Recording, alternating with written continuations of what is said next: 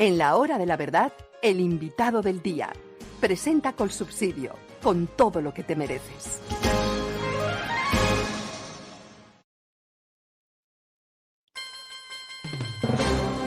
Doctor Alberto Schlesinger, muy buenos días. Buenos días, doctor Fernando. ¿Cómo están ustedes? Pues muy preocupados con lo que está pasando en Colombia. Ya usted nos oiría, la última decisión de Petro es no venderle el carbón de La Guajira a Israel, que no lo compra. El 90% del carbón que sale de La Guajira se lo vendemos a Israel. Entonces esa decisión la tomó. Pero además está tomando unas decisiones supremamente aventuradas en asocio con otros presidentes de América Latina y especialmente con los presidentes de México y de Brasil. Las observaciones que a ustedes les merecen esas decisiones de Gustavo Petro y eso para dónde va, fuera de recibir otra vez por oleadas a los venezolanos que saldrían despavoridos de su país, donde no hay que comer, donde no hay cómo vivir, donde no se puede estar con seguridad, y vienen por centenares de miles a Colombia. ¿Qué nos observa usted sobre ese particular, doctor Iglesias? Doctor Fernando, yo iría a un punto de partida histórico que posiblemente muchas personas o no lo conocieron o no lo recuerdan en la década de los 90. Y es que cuando Hugo Chávez salió de la cárcel por los atentados que hizo, vino a Colombia. Y vino a Colombia, como dicen, con una mano adelante y otra atrás. Y quien lo recibió fue el señor Gustavo Petro. Y en una parodia vulgar del juramento del libertador Simón Bolívar en Roma, fueron al puente de Boyacá y juraron ambos liberar del capitalismo y de la derecha a América Latina. Ese es el punto de partida de la relación que existe desde esa época dentro de la larga historia del señor Petro. Hoy en día, ¿qué es lo que estamos viendo? Estamos viendo dos cosas. En primer lugar, que la posición individual del señor Maduro hay que defenderla a toda costa porque forma parte del mapa de la izquierda progresista comunista que tiene asiento en varios de los países de América Latina. No solamente desde el punto de vista ideológico, sino desde el punto de vista de los convenios, de los acuerdos que existen entre ellos. Hay que tener en cuenta una cosa muy importante. Lo dice Alejandro Peña Esclusa, que usted lo conoce bien, venezolano que se ha dedicado a destapar al Foro de Sao Paulo y ponerlo en evidencia ante el mundo. Tiene un último libro muy interesante que se llama Las elecciones del Foro de Sao Paulo, que muestra cómo el Foro de Sao Paulo se ha especializado en hacer elecciones fraudulentas.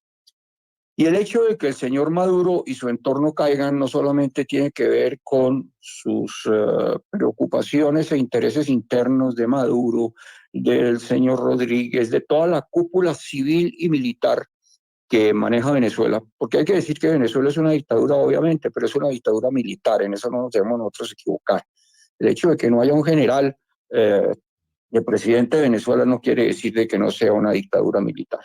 Entonces, ¿qué es lo que pasa? Lo que está en juego en este momento es no solamente los intereses personales e individuales de ese régimen, sino los intereses de un grupo político muy grande a nivel internacional que va desde Rusia, China, Irán y toda esta izquierda y comunismo internacional, que ven de un lado la derrota de Venezuela como algo muy grave, sobre todo desde el punto de vista geopolítico, el poder tener un país como Venezuela ubicado donde está, bajo su control, pero en segundo lugar porque Venezuela ha sido claramente la fuente de financiación de todos estos movimientos en América Latina, y no solo en América Latina, recursos han ido a otros países fuera de nuestro continente, por lo cual el hecho de que ese régimen, ese grupo de personas caigan y caigan como están cayendo, pues obviamente afecta a esos intereses.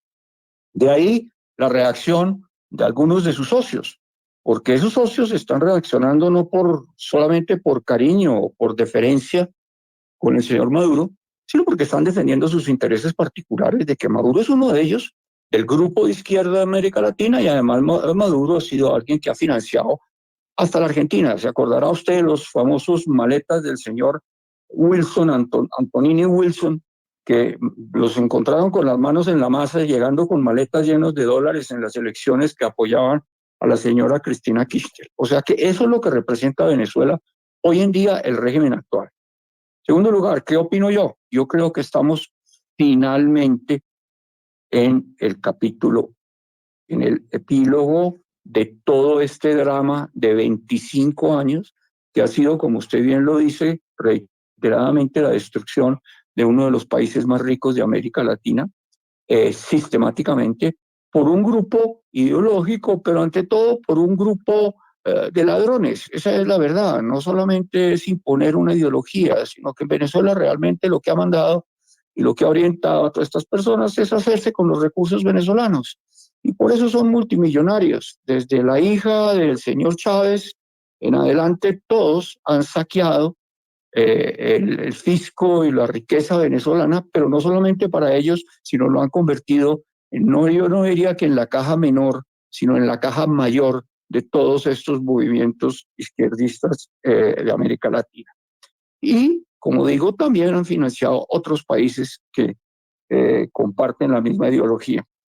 Entonces, que estamos frente a una situación que afortunadamente yo creo que finalmente ya se logró entrar en algo que podemos asegurar de que esto no tiene reversa y de que y no solo el madurismo, el chavismo se termina en Venezuela. Dos elementos importantes, doctor Fernando, que hay que tener en cuenta de lo que está sucediendo en este momento. En primer lugar, la oposición, la señora María Corina Machado, quienes la acompañan, sabían desde un principio de que el poder no se los iban a entregar y montaron una operación que es digna de encomio, es digna de reconocimiento, como contra un régimen tan violento, contra un régimen tan represivo, que controla todas las fuerzas militares, contra la presencia de los cubanos, con lo peligrosos que son en Venezuela, infiltrados en las Fuerzas Armadas, lograron establecer una participación ciudadana con una cobertura nacional del 100% en los centros de votación, lo cual les permitió lograr su objetivo. El objetivo lograble no era que les entregaran el poder porque sabía que no se los iban a entregar.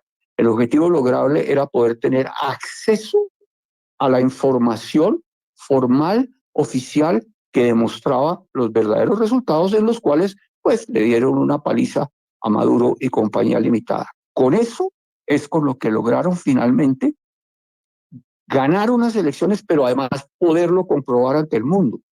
Porque, doctor Fernando, desde el año 2004 yo diría que todas las elecciones que se han realizado en Venezuela han sido fraudulentas y no ha habido posibilidad ni poder humano de hacer lo que en este momento hicieron muy inteligentemente la oposición venezolana. Yo participé directamente de alguna manera en el año de las elecciones, si no estoy mal, del año 2008, en que Enrique Gómez Hurtado y a mí nos invitó la oposición como observadores de las elecciones y fuimos.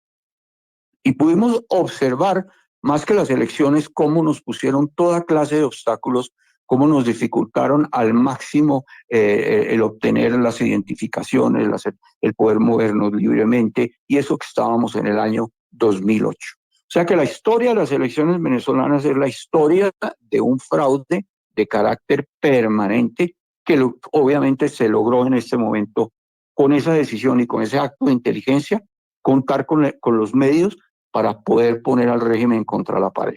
Segundo, desde el punto de vista de Maduro, ellos sabían, empezando por Maduro, que les iban a ganar y que les iban a ganar por una mayoría enorme. ¿Qué es lo que está haciendo Maduro en este periodo que va desde la elección, si no estoy mal, fue hace 20 días, hasta los primeros días de enero, en que tiene que producirse pues el cambio, no el cambio, sino asumir el poder quien haya resultado elegido? Es un periodo relativamente largo. Pues ellos sabían que iban a perder las elecciones. Y simple y llanamente lo que están haciendo, como se dice comúnmente, es subir la vara. ¿Qué quiere decir esto? Aumentar la presión para poder lograr unas negociaciones y unas concesiones que les sean favorables. Me pregunto yo, ¿qué hubiera pasado? ¿Qué hubiera sido la actitud normal si el régimen de Maduro, una vez perdidas las elecciones, simplemente lo hubiera reconocido, hubiera dicho muy bien y pacíficamente hubiera entregado el poder. Pues que todos se hubieran ido para la cárcel porque todos tienen detrás de ellos pues órdenes de la Corte Penal Internacional, recompensas de los Estados Unidos, tienen un prontuario absolutamente enorme. La otra decisión era no entregamos, subimos la vara, actuamos violentamente, presionamos a la opinión pública internacional, perseguimos a la gente, actos de violencia, no nos vamos, y eso nos da a nosotros un estribo para poder negociar las mejores condiciones posibles. Ya se habla de que Estados Unidos, con el gobierno que tenemos en este momento allá, pues ha estado haciendo ofertas que van desde la absoluta libertad, perdonarle todos los pecados cometidos con tal de que se vaya, que eso era lo que ellos estaban buscando. Subir el daño para decir, ojalá, con tal de que se vaya y no siga cometiendo lo que está haciendo, pues le podemos ofrecer lo que quieren, y en eso es en lo que están. Con un pequeño elemento, doctor Fernando, que hay que tener en cuenta. La negociación no es propiamente con Maduro, la negociación es con los militares. Los militares son los que manejan el poder en Venezuela.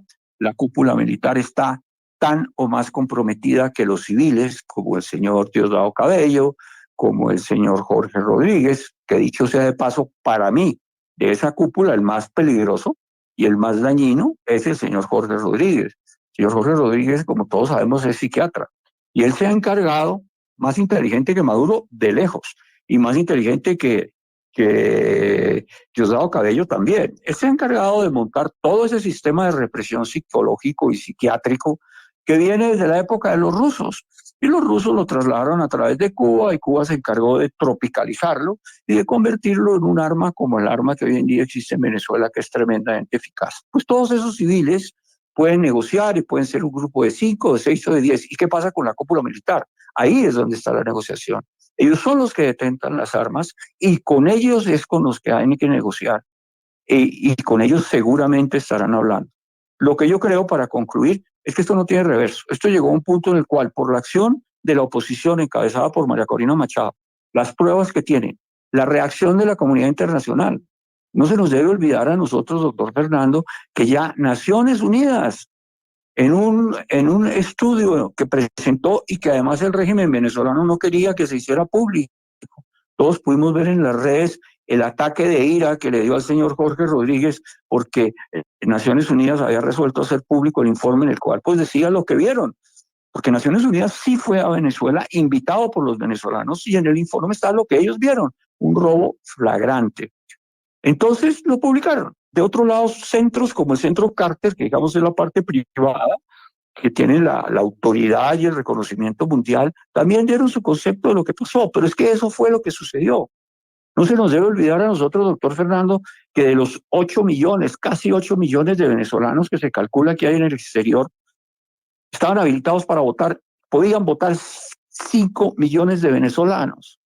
Finalmente pudieron votar algo cercano al 1%, que si no estoy mal fueron 65.000 venezolanos de 5 millones. Esa es la primera parte del fraude, porque es obvio que esos 5 millones de venezolanos que podían votar y que habían huido de Venezuela precisamente en contra del régimen, pues obviamente iban a votar en contra de Maduro. O sea que yo diría que a los votos que se dieron por el candidato de la oposición que ganó, habría que tomarle los votos que hubieran dado las personas que están en el exterior. Los 5 millones. Es Los 5 millones de correcto, votantes. es la realidad de Bueno, votantes, correcto, porque es que eso solo sucede en Venezuela y ese robo tiene esas características. Venezuela, ¿cuántos habitantes tiene? Hoy en día tiene 28 millones de habitantes. Ha venido decreciendo, obviamente, la población de 34 que llegó, 32 que llegó a tener en el 2016. Hoy en día tiene 28 millones de habitantes, de los cuales el censo electoral determina que hay 21 millones en capacidad de votar del censo electoral venezolano. De esos 21, 5 que estaban en capacidad, en proporción altísima, pues se les dijo, ustedes no pueden votar a sabiendas de que iban a votar en contra de Maduro. Este es parte del robo como lo hicieron. Entonces yo creo que dadas todas esas características, doctor Fernando, finalmente usted y yo que hemos seguido desde el puro principio todo este drama de Venezuela, yo sí podría decir que estamos frente a la finalización, a la finalización de ese régimen, no solo del madurismo, ni de los que están en la cúpula hoy, del chavismo.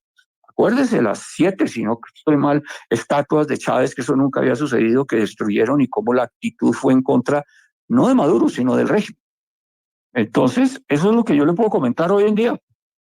Bueno, pues unos comentarios muy puestos en su sitio y vamos a ver cómo se desenvuelven las cosas, que no puede tener sino un final.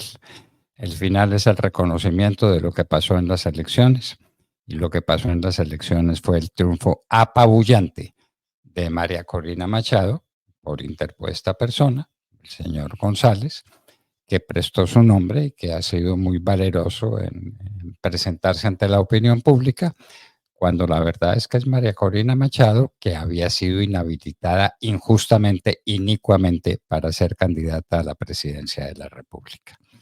Bueno, doctor Alberto Schlesinger, muchísimas gracias y seguimos pendientes de estos acontecimientos que en tanto y en tan grave medida afectan a Colombia y a toda América. Muchísimas gracias. Con el mayor gusto, doctor Fernando. Alberto Schlesinger, decano que fue de la Facultad de Economía de la Universidad Sergio Arboleda, analista político de primera consideración, estaba con nosotros en la hora de la verdad. ¿2020? ¡Sí! El 20 es el número de este mes, porque en agosto la diversión en Piscilago con subsidio tiene hasta el 20% de descuento. Visítanos y vive una aventura divertida por naturaleza. Reserva hasta el 14 de agosto de 2024 y ven hasta 30 días después. Compra tus entradas en www.piscilago.co y descarga nuestra app. Aplican términos y condiciones. Vigilado Supersubsidio.